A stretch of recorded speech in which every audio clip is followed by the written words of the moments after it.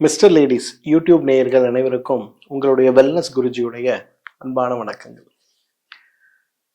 ஆரோக்கியம் அப்படிங்கிற ஒரு விஷயம், அதே போல நம்முடைய மனோதிடம் அப்படிங்கிற ஒரு விஷயம், இது ரெண்டுமே எப்ப நம்ம இழக்க மாட்டோம்? நம்மளால நம்முடைய வேலைகளை யாருடைய உதவியும் இல்லாமல் செய்து கொள்ளும் போது. எனக்கு யாருமே வேணாம் போங்கப்பா, என் வாழ்க்கையை நான் பார்த்துக்கிறேங்கிற ஒரு மனோதைரியம் நம்மிடம் இருக்கும்போது, உலகமே எதிர்த்து வந்தாலும் கூட நம்ம எதை பத்தியும் கவலைப்படாத ஒரு நல்ல வாழ்க்கைக்குள்ள நம்மளால போக முடியும் இல்லையா? ஆனா நம்முடைய புலனுறுப்புகள்ல ரொம்ப முக்கியமான ஒன்றாக இருப்பது எது? கண்கள் தான். கண்கள் ஒளி இழக்கும் போது, கண் பார்வை குறையும் போது நம்ம எப்படி இருக்க முடியும்? மனதில் தன்னம்பிக்கை குறைந்து போகின்ற ஒரு நிலை ஏற்படுவதை பார்க்கிறோம். இன்றைக்கு நீங்க ஒரு சிறந்த காவல்துறை அதிகாரி ஆகணும், அல்லது நாட்டுக்கு சேவை செய்வதற்காக பாதுகாப்பு பணிக்கு போகணும் அப்படின்னா கூட முதல்ல அவங்க சொல்றது என்ன? கண்ணு தான். கண்ணை டெஸ்ட் பண்ணி பார்த்து ஒருவேளை கண் பார்வையுடைய குறைபாடுகள் இருந்ததுன்னா உடனே உங்களுக்கு வேலை கிடையாது. அதே போல ரயில்வேல நிறக்குருடுனால வேலை இழந்து போனவங்க எவ்வளவு பேர் இருக்காங்க தெரியுமா? வரது சிகப்பு லைட்டா, பச்சை லைட்டான்னு, ப்ளூ லைட்டா, அந்த லைட்டு கலர் தெரியலன்னா நீங்க எப்படி ட்ரெயின் ஆப்ரேட் பண்ண முடியும்? நிறைய பேர் நிறக்குருடு தனக்கு இருக்குன்னே தெரியாம இருப்பாங்க.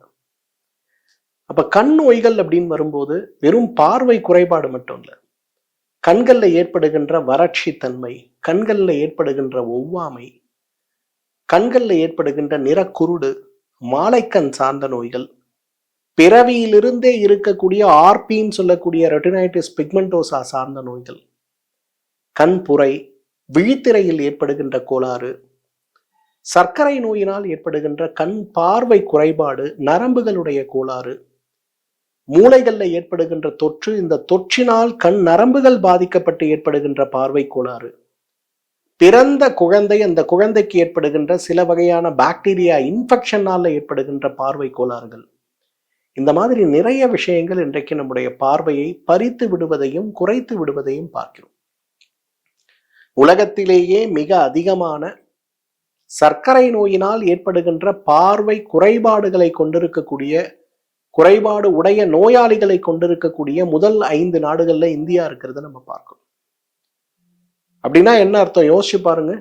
இன்றைக்கு 25-30 வயதுல நீங்க ஒரு சர்க்கரை நோயாளியா இருக்கீங்கன்னா, ஒரு 45 வயதுல உங்களுடைய பார்வையை நீங்கள் இழந்து போவதற்கு நிறைய வாய்ப்புகள் இருக்கிறது அப்படிங்கிறது இயற்கை மருத்துவம். இன்றைக்கு மெடிக்கல் ஸ்டாட்டிஸ்டிக்ஸும் அதை உறுதி செய்கிறத பார்க்கும். இதுல ரொம்ப அழகான ஒரு விஷயம் நான் சொல்லணும்னு ஆசைப்படுறேன். டயபெட்டிக் ரெட்டினோபதி அப்படிங்கிற ஒரு நோயை பற்றியும், சர்க்கரை நோயினால் கண் பார்வை, விழித்திரை, கண் நரம்பு பாதிக்கக்கூடிய ஒரு நோய் ஏற்படக்கூடும் அப்படிங்கிறத 1981ஆம் வருடம் மட்டும்தான் மருத்துவ உலகம் உறுதி செஞ்சது.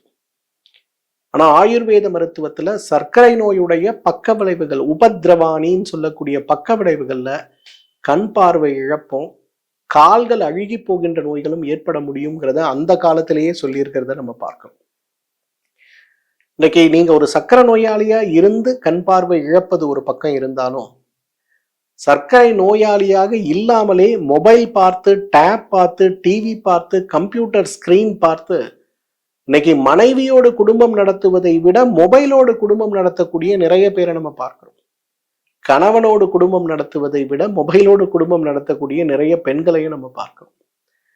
நமக்கு புரிவது கிடையாது. அந்த மொபைல்ல இருந்து வரக்கூடிய நீல நிறம் மூளையில் இருக்கக்கூடிய மெலட்டோனின் சார்ந்த சத்துக்கள் சுரப்புகளை பாதித்து, அதனாலேயே தூக்கமின்மை நோயை ஆரம்பித்து கண் வறட்சி நோய் வரை நம்மை பாடாய் படுத்துகிறது அப்படிங்கிறத நாம் புரிந்து கொள்வதே கிடையாது. சரி, கண் நோய்களை பத்தி சொல்லி உங்களை பயமுறுத்த விரும்பல. எதற்காக இவ்வளவு சொல்றேன்னா, நம்மெல்லாம் நினைக்கிறோம் ஒரு நோய் வந்தா மருந்து சாப்பிட்டா சரியாயிரும், ஆப்ரேஷன் பண்ணா சரியாயிரும். ஆனா அன்பு நேயர்களே, நல்லா புரிஞ்சுங்க, சில வகையான கண் நோய்கள் ஏற்பட்டால் இறைவன் வந்தால் கூட குணமாக்க முடியாதுங்கிறது தான் ஒரு உண்மை. கண் நரம்புகள் சுருங்கி போகின்ற நோய்களும், விழித்திரை விரிந்து போகின்ற நோய்களும், கார்னியல் டிட்டாச்மெண்ட்னு சொல்லக்கூடிய விழித்திரையில் இருக்கக்கூடிய லென்ஸ் பிரிந்து போகின்ற நோய்களும் இன்றைக்கு ஏற்பட்டதுன்னா நம்மை காப்பாற்ற யாருமே வர முடியாது. அப்ப கண்களை எவ்வாறு நான் காப்பாற்றிக் கொள்ள முடியும்? கண் சார்ந்த நோய்களற்ற ஒரு பெருவாழ்வுக்கு நான் என்ன செய்ய வேண்டும் அப்படின்னு வரும்போது, உணவே மருந்து. உணவை கொண்டு கண் நோய்களை தடுக்க மட்டுமல்ல, குணப்படுத்த மட்டுமல்ல, நாம் இருக்கின்ற காலம் வரை கண் ஒளியோடு இருப்பதற்கு உதவி செய்யக்கூடிய 5 உலர்ந்த பழங்களை பற்றி தான் இன்னைக்கு நான் சொல்ல போறேன். பொதுவா எல்லாரும் சமீப காலத்துல நான் ஒரு விஷயத்த பார்க்கிறேன். என்னதான் உணவு நல்லது அப்படிங்கிற ஒரு எண்ணம் இருந்தாலும் கூட நிறைய பேரை இன்னைக்கு நான் பார்க்கிறேன். உணவு சார்ந்த வீடியோக்கள் நான் ஏதாவது சொல்லும்போது அதோடைய பார்வையாளர்கள் சமீப காலத்துல குறைஞ்சிக்கிட்டே வரதை நான் பார்க்கிறேன். எல்லாம் மருந்தை தான் எதிர்பார்க்குறீங்க. யாருமே உணவை சொன்னா கேட்க மாட்டேங்கிறீங்க. இது எனக்கு ரொம்ப வருத்தமான ஒரு விஷயம். போன வாரம் கூட தைராய்டு பத்தி ரொம்ப அழகா ஒரு விஷயம் சொல்லியிருந்தேன். தைராய்டு நோயை குணமாக்க 10 சுலபமான வழிகள்னு மருந்தே இல்லாமல் என்ன செய்யணும்னு சொல்லியிருந்தேன். ஆனா அந்த வீடியோவை நிறைய பேர் பார்க்கவே இல்லை. அப்பதான் எனக்கு ஒரு வருத்தம். மருந்தை சொன்னால்தான் உலகம் கேட்கும் போல இருக்கு அப்படின்னு. இருந்தாலும் இந்த வீடியோல நான் இன்றைக்கு உணவை பற்றி மட்டும்தான் பேச போறேன். குறிப்பாக உலர்ந்த பழங்களை பற்றி மட்டும்தான் பேச போறேன். Dry fruits. இந்த உலர்ந்த பழங்கள் சாப்பிடுகின்ற கலாச்சாரம் அப்படிங்கிறது நம்ம நினைக்கிற மாதிரி வெளிநாட்டவர்கள் நம்ம நாட்டுக்கு வந்த பிறகு வந்தது அப்படின்னு நினைக்கிறோம். மிகப்பெரிய தவறுங்க. உலர்ந்த பழங்களை பற்றிய குறிப்புகள் சங்க இலக்கியங்கள்ல இருக்கிறத பார்க்கணும். இன்னைக்கு இலந்தை பழத்தை உலர்ந்த பழமாக சாப்பிடுகின்ற வழக்கம், நெல்லிக்காயை உலர்ந்த பழமாக சாப்பிடுகின்ற வழக்கம், நெல்லிக்காயை தேனிட்டு பதப்படுத்தி விருந்துகளில் சிறப்பு உணவாக கொடுக்கின்ற ஒரு வழக்கம், சில கோயில்கள்ல இன்றைக்கு கூட இறைவனுக்கு அளிக்கக்கூடிய திருவமுதுல முக்கியமா நெல்லிக்காய் தேனில் சேர்த்த பழங்கள் இருக்கிறத நம்ம பார்க்கிறோம். இதெல்லாமே உலர்ந்த பழத்துடைய வகைகள் தானே. அப்ப உலர்ந்த பழத்தை கொண்டு ஆரோக்கியத்தை நீட்டித்துக் கொள்ள முடியும் அப்படிங்கிறது இன்றைக்கு தமிழருடைய ஒரு அடிப்படை மரபு அப்படிங்கிறத நம்ம எல்லாருமே புரிஞ்சுக்கணும். இன்னைக்கு ட்ரை ஃப்ரூட்ஸ் அப்படின்னு சொன்னாலே இது அமெரிக்கால இருந்து வந்தது, இது லண்டன்ல இருந்து வந்ததுன்னு நம்ம பெருமையா சொல்றோம்ல. நல்லா புரிஞ்சுங்க, இதெல்லாம் நம்ம ஊர்ல நம்ம தாத்தனும் முப்பாட்டனும் தொடர்ந்து புழங்கி சாப்பிட்டு ஆரோக்கியமாக இருந்த விஷயத்தை நாம் மறந்து போய் இன்றைக்கு நோயோடு போராடி கொண்டிருக்கும் போது வெளிநாட்டுல இருந்து ஒருத்தர் கொண்டு வந்து இது நல்லதுன்னு சொல்லும் போது விரும்பி விரும்பி அப்படியான்னு சொல்லி சாப்பிடுறோம். நல்லா ஞாபகம் வச்சுங்க. உலர்ந்த பழத்தை இந்த உலகத்திற்கே சொல்லி கொடுத்தது தமிழ் என்பது. 5 பழங்கள், கண் பார்வைக்கு அழகான 5 பழங்கள். முதலாவது நெல்லிக்காய். இன்றைக்கு உலர்ந்த பழமாக நெல்லிக்காய் சாப்பிடும்போது பெரிய அளவுல கண் பார்வையை மீட்டித்து கொடுப்பதை நாம் பார்க்க முடிகிறது. நம்ம பொதுவாக நெல்லிக்காயை ட்ரை ஃப்ரூட்ஸ்லேயே சேர்க்க மாட்டோம். ஆனா பாருங்க, நெல்லிக்காய் தான் மிகப்பெரிய ட்ரை ஃப்ரூட்ஸுங்க. பொதுவா 2 வகையாக நெல்லிக்காயை பதப்படுத்துவது ஆயுர்வேதம் சொல்லி கொடுக்கக்கூடிய விஷயம். முதலாவது ட்ரெடிஷ்னல். இன்றைக்கும் கிராமங்கள்ல நான் பார்த்திருக்கேன். சில கிராமங்கள்ல பெரிய மண்பானை எடுத்து இந்த மண்பானைக்கு வெளிப்புறத்துல களிமண் பூசி மண்பானையிலிருந்து வெளிவரக்கூடிய சின்ன சின்ன அந்த ஓட்டைகளை அடைத்து காய வைத்து நீங்க ஒரு 5 கிலோ நெல்லிக்காய் எடுத்துக்கிறீங்கன்னு வச்சுங்களேன். அந்த 5 கிலோ நெல்லிக்காயை நல்லா ஆவியில வேக வைப்பாங்க.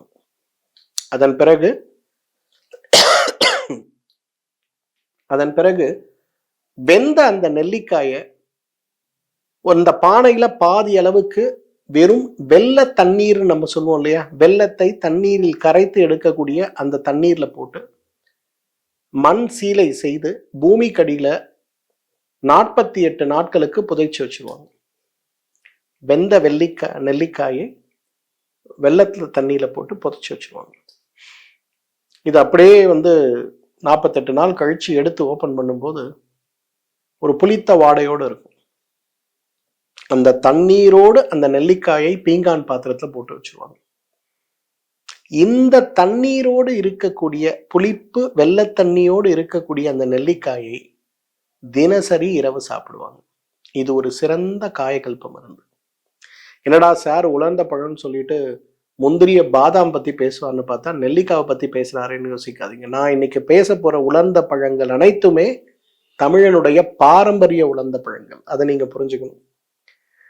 அப்ப இன்றைக்கும் கேரளாக்கு நீங்க போறீங்கன்னா கண்ணூர்னு ஒரு இடம் இருக்கு. அந்த சுற்றி இருக்கக்கூடிய கிராமங்கள்லாம் நீங்க பாத்தீங்கன்னா விருந்துக்கு நீங்க போனீங்கன்னா எல்லாருக்கும் நம்ம ஊர்ல எப்படி பாயசம் கொடுக்குறோமோ இந்த மாதிரி இரவு விருந்துல ஒரு நெல்லிக்காயில இந்த வெள்ளை தண்ணீரோட கொடுப்பாங்க.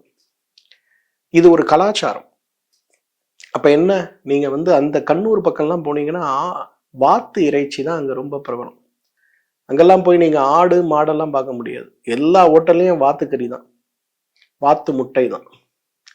அப்ப அந்த வாத்து பிரியாணி, வாத்து இறைச்சியை சாப்பிட்டு அதன் பிறகு இந்த நெல்லிக்காயில சாப்பிட்டுட்டு அந்த தண்ணீர் அப்படி குடிச்சிங்கன்னா தேவாமிர்தமாக இருக்கும். அது மட்டும் இல்லை, கண்ணூர் அப்படிங்கிற அந்த ஊர்ல இன்றைக்கும் கேரளாவில் நீங்க பார்த்தீங்கன்னா அதிகமான வயதுடையவர்கள் இருக்கிறத பார்க்க முடியும். 85 வயது, 90 வயது, அதிகமான வயதான தம்பதிகளை, குடும்பங்களை கொண்டிருக்கக்கூடிய கேரளாவில் நிறைய இடங்கள்ல இருந்தாலும் அந்த கண்ணூர் மிக அதிகமாக இருக்கிறத நீங்க பார்க்க முடியும். பாருங்களேன், ஒரு கலாச்சாரமாக ஒரு ஊர்ல இதை வீட்டில் செஞ்சு இதை தொடர்ந்து சாப்பிட்டு உலர்ந்த பழமாக சாப்பிட்டு ஆரோக்கியமாக இருக்கிறாங்க அப்படின்னா இந்த பழக்கத்தை நம்மளும் செய்யணும் இல்லையா? ஆனா நம்ம ஊர்ல இதை செய்யறது கஷ்டம். அதுக்கு பதிலா நம்ம என்ன பண்ணலாம்? தேனில் ஊற வைத்த நெல்லிக்காய். நெல்லிக்காயை இட்லி பாத்திரத்துல போட்டு வேக வைங்க. ஒரு 1 கிலோ நெல்லிக்காய் வாங்கிக்கோங்க. இட்லி பாத்திரத்துல போட்டு ஆவியில வேக வைங்க. பிறகு அதை எடுத்து நல்லா வெயில்ல போட்டு உலர்த்துங்க. ஈரம் இல்லாத அளவுக்கு உலர்த்துங்க. பிறகு நல்ல தேன், நல்ல சுத்தமான தேன், மலைத்தேன். இந்த மலைத்தேனை ஒரு பெரிய பாத்திரத்துல போட்டு இந்த நெல்லிக்காய் அதுல கொட்டி வெள்ளை துணியை கட்டி 48 நாள் சூரிய புடம் வைங்க. நீங்க நெல்லிக்காய் தேன்ல போட்டு வைக்க வைக்க என்ன ஆகும்னா அது இறுகிட்டே வரும். கொஞ்சம் தேனை மட்டும் கலந்து கலந்து நீங்க கலந்துட்டு வந்தீங்கன்னா நல்லா இருக்கும். இதை அதுக்கப்புறம் எடுத்து ஒரு பீங்கான் பாத்திரத்துல போட்டு வச்சிருங்க. இந்த உலர்ந்த அந்த ஊற வைத்த நெல்லிக்காய் தேன் இன்னைக்கு 1000 ரூபாய் கொடுத்து வாங்குகின்ற சத்து மாத்திரையை விட வீரியமானது அப்படிங்கிறத நம்ம புரிஞ்சுக்கணும். கண் பார்வை நல்லா இருக்கணும்னா குழந்தைகளுக்கு டெய்லி நைட்டு படுக்கும்போது இந்த நெல்லிக்காய் தேனை கொடுக்க முடியுமான்னு பாருங்க. தேன் நெல்லிக்காய், ஒரு ஸ்பூன் தேனோட ஒரு நெல்லிக்காவை போட்டு பிள்ளைங்களை அதை நல்லா சப்பி மிட்டாய் மாதிரி மென்று நல்லா முழுங்கி அந்த கொட்டையை மட்டும் துப்பிடணும். இல்லை குழந்தைங்க வீட்டில் இருக்காங்க, கொட்டை எடுக்க முடியாதுன்னா நீங்கள் நெல்லிக்காய் வேக வைக்கும் போதே நெல்லிக்காயை பிரித்து உள்ள இருக்க கொட்டையை எடுத்துட்டு அந்த நெல்லிக்காயை தேனில் போட்டு 2-3 இதழ்களோடு நம்ம கொடுக்கலாம். ஸோ நெல்லிக்காய் தேனில் ஊற வைப்பது அல்லது வெள்ளத்தில் ஊற வைத்த நெல்லிக்காய்ங்கிறது இன்றைக்கு தமிழனுடைய பாரம்பரியமாக இருக்கக்கூடிய உலர்ந்த பழங்கள் உள்ள ஒன்றுன்னு நம்ம சொல்லலாம். இரண்டாவது, இலந்தை பழங்கள். இன்றைக்கு நாம் மறந்த கலாச்சாரங்கள்ல ஒன்று எதுனா இலந்தை பழம் தான். எத்தனை பேர் இலந்த பழம் சாப்பிட்றீங்க? எல்லாம் ஹைபிரிடா வரக்கூடிய அந்த இலந்த பழங்களை தான் இன்னைக்கு வாங்கி சாப்பிட்றோம். அது இலந்த பழமானே ஒரு சந்தேகம். இலந்தை பழத்துடைய ருசியை தெரியுமா? அவ்வளவு சுவை இருக்கக்கூடிய, அதுவும் கோடை காலத்துல தான் இலந்த பழம் வருங்க. அதுதான் அதுல ஒரு அழகான விஷயம். மாம்பழம் சாப்பிட்டால் சர்க்கரை அதிகமாகும், ஆனா இலந்தை பழம் சாப்பிட்டா சர்க்கரை அதிகமாகாது. மாம்பழத்தை விட 1000 மடங்கு கோடையில் ஏற்படுகின்ற சோர்வை தடுக்கக்கூடிய சிறந்த பழம் எது? இலந்தை பழம் தான். இன்னைக்கு இலந்தை பழத்தையும் இதே போல தேனில் ஊற வைத்து சாப்பிடுகின்ற ஒரு கலாச்சாரம் நம்மிடம் உண்டு. நான் இப்பெல்லாம் அதை யாரும் பண்றதில்லை. ஆனால் உலர்ந்த இலந்தை பழங்கள் மிகப்பெரிய அளவில் நமக்கு கிடைக்கிறத நம்ம பார்க்கணும். ஸோ இந்த உலர்ந்த இலந்தை பழங்கள் அப்படிங்கிறது கண்ணுக்கு ஆரோக்கியம் கொடுக்கக்கூடிய மிகச்சிறந்த மருந்துன்னு சொல்லலாம். நீங்க இலந்த பழம் இருக்குல்ல, அதை அப்படி ஒரு கட் பண்ணுங்களேன், கிராஸ் செக்ஷன் பண்ணுங்க, அதோட அமைப்பை பாருங்க, நம்ம கண்களோட அமைப்பை பாருங்க, ஒரே மாதிரி இருக்கிறத பார்க்க முடியும். எப்படி கேரட்டை நீங்க வெட்டினீங்கன்னா உள்ள இருக்கக்கூடிய அமைப்புகள் கண்கள் போல் ஒரே மாதிரி இருக்கிறதுனால கேரட்டை சாப்பிட்டா கண் பார்வை நல்லா இருக்கும்னு நம்ம நினைக்கிறோமோ, அதே போல உலர்ந்த அந்த இலந்த பழத்தை நீங்க வெட்டி பார்த்தீங்கன்னா ரொம்ப அழகா கண்கள் போலவே அமைப்பு கொண்டிருக்கிறத நம்ம பார்க்க முடியும். இலந்த பழம் இன்றைக்கு இறைவன் அருளால நமக்கு நிறையவே கிடைக்குது. அதுவும் உலர்ந்த பழமாகவும் கிடைக்கிறத இன்னைக்கு நம்ம பார்க்கிறோம். அதனால அன்பு நேயர்களே, யாருக்கெல்லாம் கண் பார்வை நல்லா வேணும்னு நினைக்கிறீங்களோ எல்லாரும் இலந்த பழத்தை சாப்பிடுங்க. மூன்றாவது, அத்திப்பழம். இந்த அத்தி இயற்கையுடைய ஒரு மாயாஜாலம்னே சொல்லலாங்க. நம்ம எல்லாருக்கும் தெரியும் அத்தி பூக்காது இல்லையா? அப்புறம் எப்படி அது காயா மாறுது? எப்படி பழமா பழுக்குது? எப்படி அதுக்குள்ள மகரந்த சேர்க்கை நடக்குது? இறைவன் எவ்வளவு திறமையானவர் அப்படிங்கிறத விட, இறைவனுக்கு மீறி உலகத்துல எதுவுமே நடக்காது அப்படிங்கிறதுக்கு ஒரு சிறந்த உதாரணம் தான் அத்திப்பழம். ஏன் தெரியுமா? இந்த அத்திப்பழத்தை பழுக்க வைப்பதற்காகவே உருவாக்கப்பட்ட ஒரு உயிரினம் தான் அத்தி குளவின்னு சொல்லுவோம். இந்த அத்தி குளவியோட வேலை என்ன தெரியுமா? நல்லா மெச்சூர்டான பிறகு அத்திப்பழத்தை தொலைச்சி, அந்த மொட்டை தொலைச்சி உள்ள போயிடும். முட்டையை வச்சுட்டு அது அங்கேயே செத்து போயிடும். இந்த முட்டையிலிருந்து வரக்கூடிய அந்த அத்தி குளவிகள் ஓட்டை போட்டுக்கொண்டு வெளியில் அடுத்த இடத்துக்கு மகரந்த சேர்க்கை, இதுக்குள்ள இருக்கக்கூடிய மகரந்தத்தை கொண்டு போய் இன்னொரு இடத்துல சேர்க்கறது தான் அதோட வேலை. மூடி இருக்கு, வெளியில இருந்து எதுவுமே உள்ள போக முடியாது. ஆனா அத்தி குளவிகள் உள்ள போய் இறந்து போகணும், முட்டையிட்டு அதிலிருந்து வரக்கூடிய குஞ்சுகள் வளர்ந்து அத்திப்பழத்தில் இருக்கக்கூடிய மகரந்தத்தை உடம்பெல்லாம் பூசிட்டு இன்னொரு அத்திப்பழத்தை போய் துளைத்து அந்த இடத்துல முட்டையிட்டு பெருக்கம் செய்யும். வெளிப்புறமாக தேனீக்களும் பட்டாம்பூச்சிகளும் நமக்கு மகரந்த சேர்க்கை பண்ணுது இல்லையா? ஆனா உட்புறத்திலே இருக்கிறத பாக்குறான். என்ன ஒரு பியூட்டினா, இந்த அத்தி குளவிகளை தவிர வேற எதுவுமே அத்திப்பழத்தை பழுக்க வைக்கவே முடியாது. எவ்வளவு இயற்கை பவர்ஃபுல் இல்லைங்களா? அத்தகைய அத்திப்பழத்துடைய உலர்ந்த பழம் தேனுடன் சாப்பிடும் போது கண்களுக்கு மிகப்பெரிய புத்துணர்ச்சி ஏற்படுவதை பார்க்கலாம். இன்னைக்கு யாரெல்லாம் கண் வறட்சி நோய், கண் ஒவ்வாமை நோய், கண்கள்ல எப்பவுமே ஒரு வறட்சி தன்மையோடு கண் அரிப்பு இருக்கிறது, மாலை நேரங்கள்ல கண்கள் சிவந்து போகிறது, என் கண்களை பார்க்கும்போது நீ குடிப்பியான்னு கேட்கக்கூடிய அளவுக்கு கண்கள்ல சோர்வு இருக்கிறது அப்படின்ற நிலையில் சிரமத்தில் இருப்பவர்கள் நீங்க யாரா இருந்தாலும் சரி, டெய்லி காலையில எழுந்த உடனே தேனில் ஊற வைத்த அத்திப்பழம் 2 பழங்கள் 1 மண்டல காலம் சாப்பிடுங்க. அவ்வளவு அழகா 1 மண்டல காலத்துல கண்கள் அழகாக மாறி விடுவதை பார்க்க முடியும்.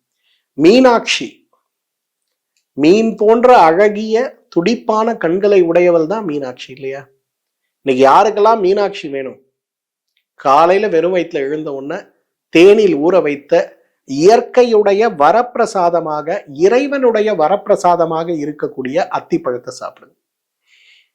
அத்திப்பழம் நம் பாரம்பரிய பழம். அத்திப்பழம் வெளிநாட்டுல இருந்து வந்தது கிடையாது, நம்ம ஊர்ல இருந்து நமக்கு கிடைக்கக்கூடியது தான் அத்திப்பழம்.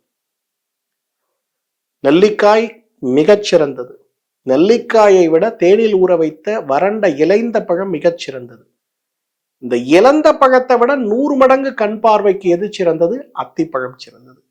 அவ்வளவு சிறந்த அளவு நமக்கு பயன் கொடுக்கக்கூடியது எது? அத்திப்பழம் தான். 4வது ரொம்ப சிறந்த உலர்ந்த பழங்கள்ல அடுத்து நாம் பார்ப்பது எது? யோசிச்சு பாருங்க. பாதாம் பருப்புங்க. இன்னைக்கு பாதாம் பருப்பு அப்படிங்கிறது வாதம் பருப்புன்னு பேர். அதுக்கு பாதாம் கிடையாது, பாதாம் பருப்புன்னு பேரு. வாத நோயை நீக்கக்கூடிய சக்தி இருக்கக்கூடிய மிகச்சிறந்த உணவுகள்ல ஒன்று பாதாம் பருப்பு. இப்ப ஒரு பியூட்டி நடந்திருக்கு, என்ன தெரியுமா? அமெரிக்காவிலிருந்து உலர்ந்த பழங்கள் இந்தியாவுக்கு இறக்குமதி செய்வதற்கு மிகப்பெரிய அளவுல ஒரு ஒப்பந்தம் கையெழுத்தாக போகிறது. இதனால என்ன பெனிஃபிட் சார்? உலகத்திலேயே சிறந்த பாதாம் பருப்பு எதுன்னு பாத்தீங்கன்னா கலிபோர்னியா பாதாம்ஸ். இந்த கலிபோர்னியா பாதாம்ஸ் இன்றைக்கு இந்தியாவுக்கு வரப்போகுது. எல்லாரும் ஒண்ணு பண்ணுங்க, நல்லா அந்த பாதாம் வந்த பிறகு பாதாம் பருப்பு 1 கிலோ வாங்குங்க, தண்ணியில ராத்திரி எல்லாம் ஊற வைங்க, காலையில எழுந்த உடனே தோலை உரிச்சிருங்க, ஒரு முறத்துல போட்டுருங்க, துணியை கட்டி நல்லா வெயில்ல குறைஞ்சது ஒரு 3 மணி நேரம் 4 மணி நேரம் வெயில்ல காய வைங்க. அப்படியே மொறுமொறுன்னு ஆயிரும். அந்த மொறுமொறுன்னு ஆன பிறகு நல்ல சுத்தமான தேன் 1 கிலோ வாங்கி இல்லது 2 கிலோ வாங்கி அதுல இந்த பாதாம் பருப்புகளை துணியில் கட்டி 48 நாட்கள் சூரிய புடம் வைங்க. பிறகு சூரிய புடம் வைத்து தேனில் ஊற வைத்த இந்த பாதாம் பருப்பை தினசரி 4 பருப்பு காலையில வெறும் வயிற்றுல இல்ல இரவு படுக்கும்போது சாப்பிடுங்க. நல்லா ஞாபகம் வச்சுங்க, சிறந்த ஒரு கண்ணுக்கான மருந்து. குறிப்பாக ரெட்டினா சார்ந்த சத்துக்களை கொடுப்பதற்கும் ரெட்டினோபதி சார்ந்த நோய்களை தடுப்பதற்கும் விழித்திரையில் ஏற்படுகின்ற பலவீனங்களையும் புண்களையும் மாற்றுவதற்கும் அதீத வெளிச்சத்தில் வேலை பார்த்து கொண்டிருப்பவர்கள் அவர்களுடைய கண்களை பார்த்து கொள்வதற்கும் தேனில் ஊற வைத்த இந்த பாதாம் பருப்பு மிகச்சிறந்த மருந்துன்னு சொல்லலாம். சார், பாதாம் பருப்பு தமிழனுடைய உணவான்னு கேட்டீங்கன்னா நிச்சயமா தமிழனுடைய உணவு தாங்க.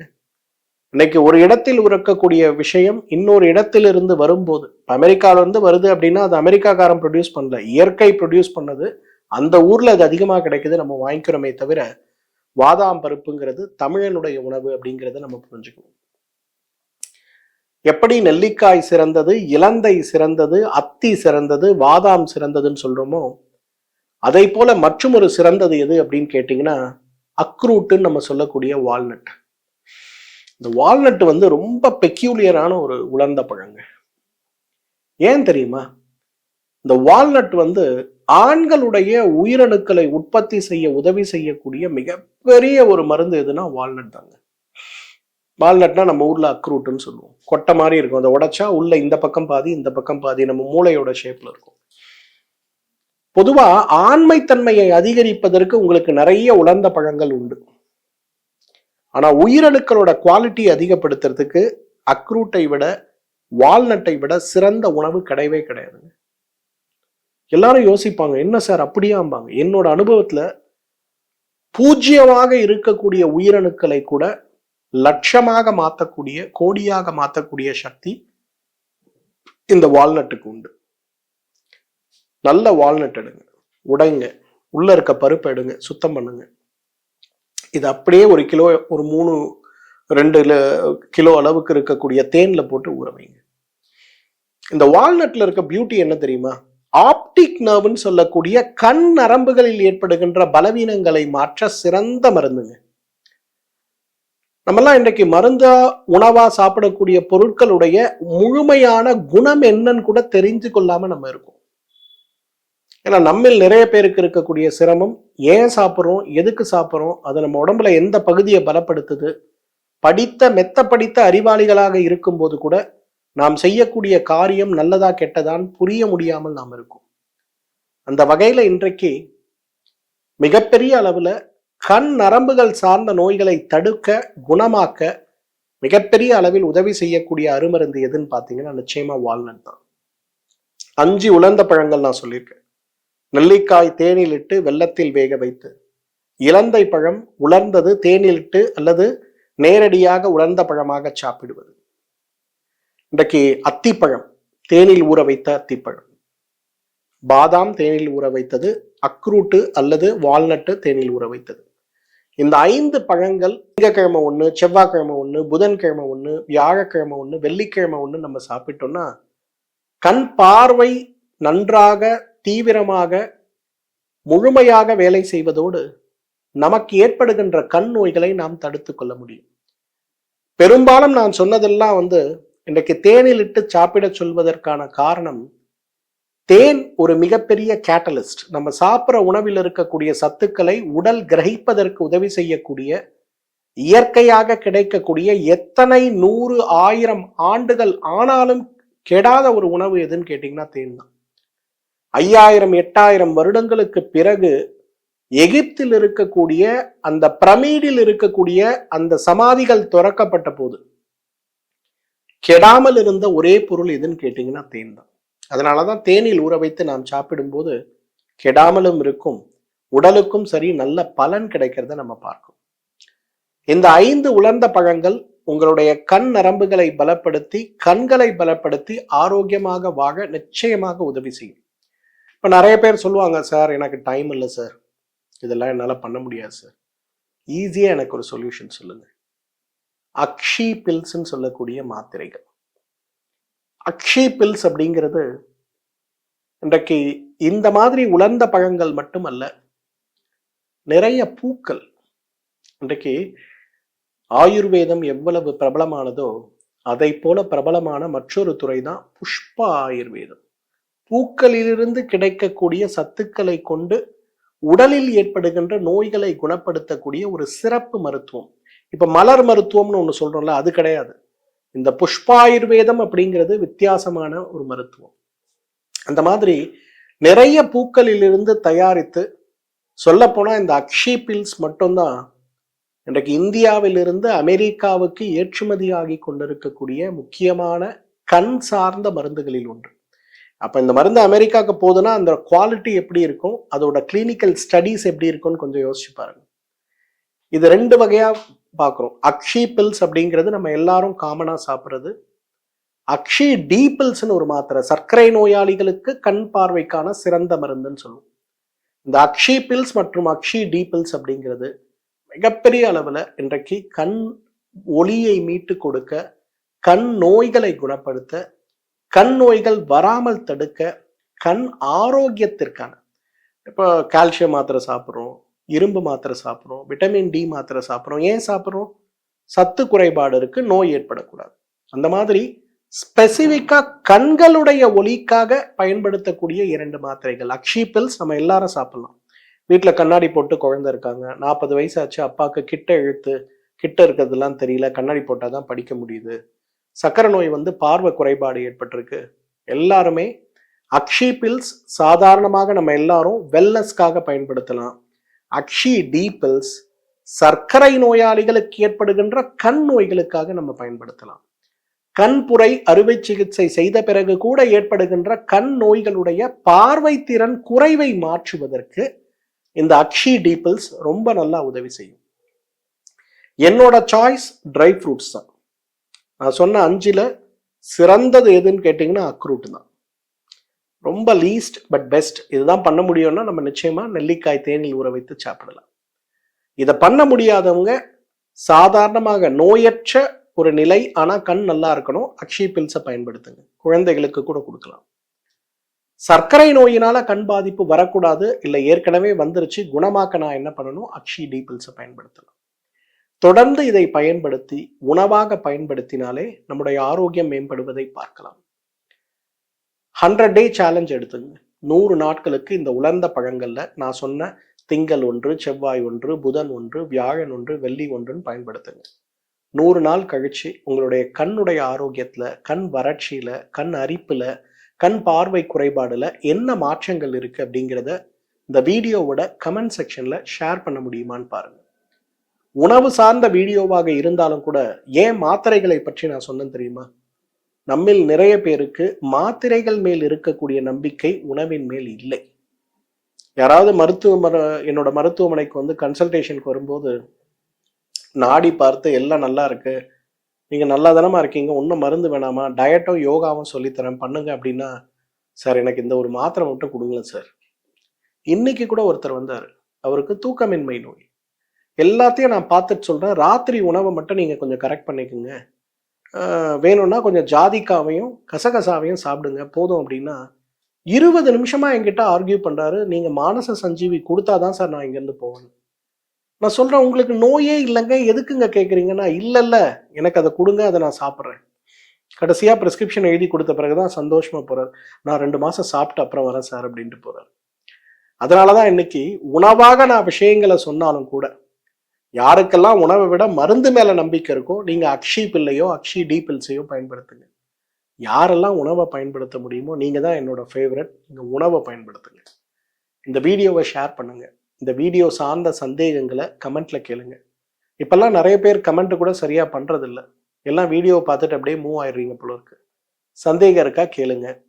இந்த வீடியோவை முக்கியமா உங்களோட சோசியல் நெட்வொர்க்ல எல்லாரு கூடவும் ஷேர் பண்ணுங்க. இன்னைக்கு நாம் பகிரக்கூடிய தகவல் மற்றொருவருடைய வாழ்க்கையில ஒரு ஆரோக்கியத்தை மீட்டு கொடுக்கணும்னா அதை விட சிறந்த உதவி அவர்களுக்கு நாம் செய்வது வேற என்ன இருக்க முடியும்? முடிஞ்ச அளவுக்கு ஃபாலோ பண்ணுங்க, முடிஞ்ச அளவுக்கு ஷேர் பண்ணுங்க. மீண்டும் சந்திப்போம். நன்றி, வணக்கம்.